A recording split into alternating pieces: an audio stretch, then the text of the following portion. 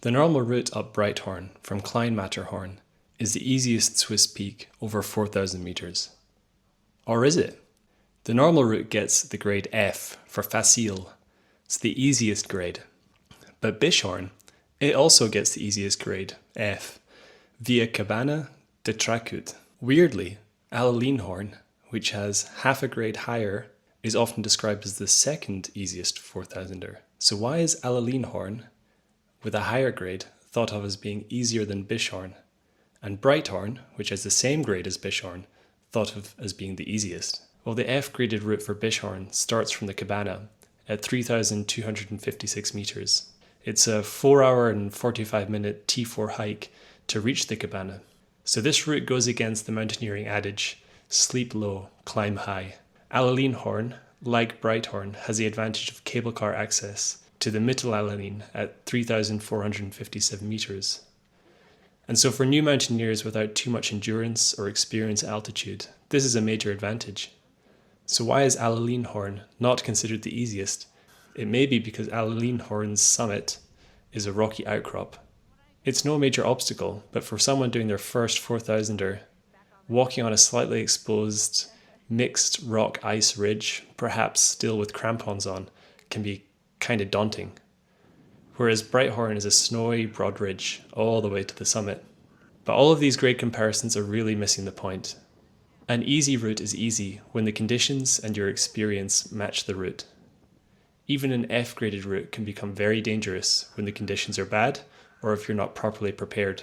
If you plan on following another group up the mountain and there's a complete whiteout, you're going to have a really bad day. So in the end, the easiest Swiss 4,000er is the route that you're prepared to climb. You know the route, you check the weather, you've practiced the skills, and you have the equipment. That's why I'm making these videos. I do a lot of my research by watching other people climb the mountains that I want to summit. So hopefully you can learn a little bit more about the Breithorn route here. From Klein Matterhorn, you follow the piste onto the glacier and then turn east. The route curves along the glacier. Always take care, but typically there are not so many crevasses on this part of the glacier. You then ascend up to the ridge. This is the steepest part of the route. From there, it's just a case of following the ridge to the summit. To climb to the summit and return back down to Klein Matterhorn took us 2 hours and 10 minutes total. Good morning.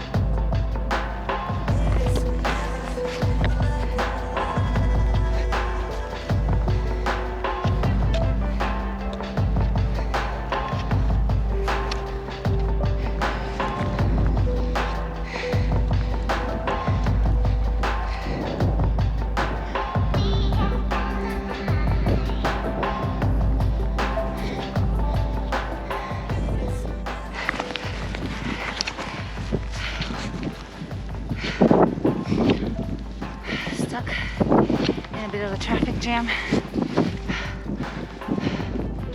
There's a bunch of people in front of Angus, so it's nice. It's a little break for me. But honestly, I was expecting a shitload more wind, and if you can hear, we're barely having any wind, so blessed, or hashtag blessed.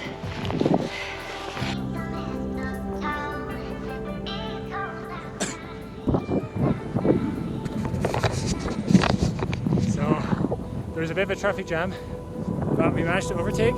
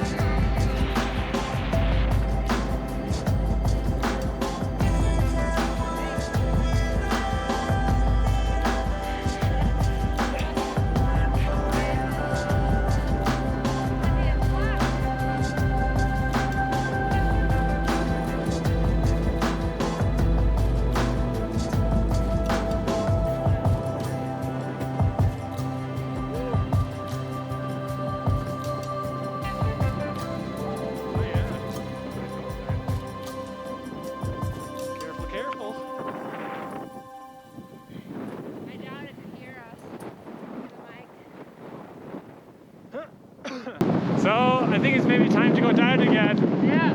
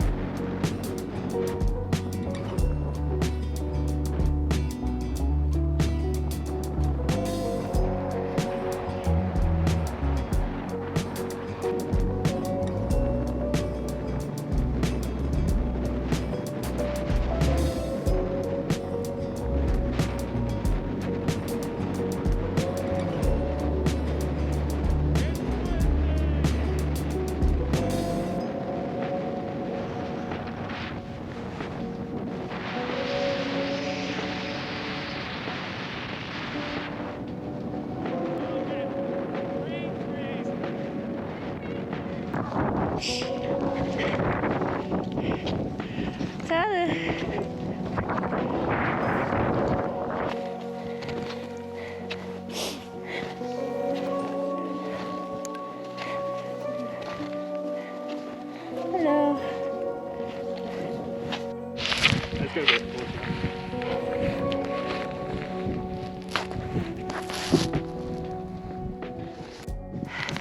Hey, it worked. Whew. I will admit, I died a little bit on the uphill simply because we started so freaking fast. But like Angus said, I'll thank him at the downhill because I'm glad we're not stuck in that traffic jam. Because there's just so many people. Whew.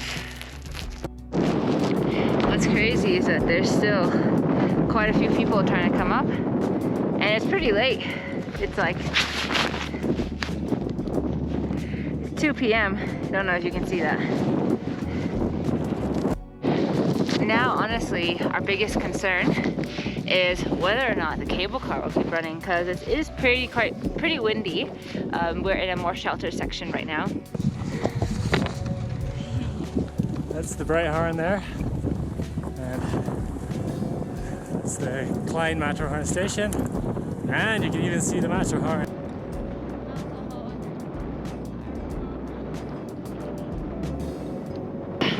Pretty cool. We started like at 12:15ish, and we got back at 2:25.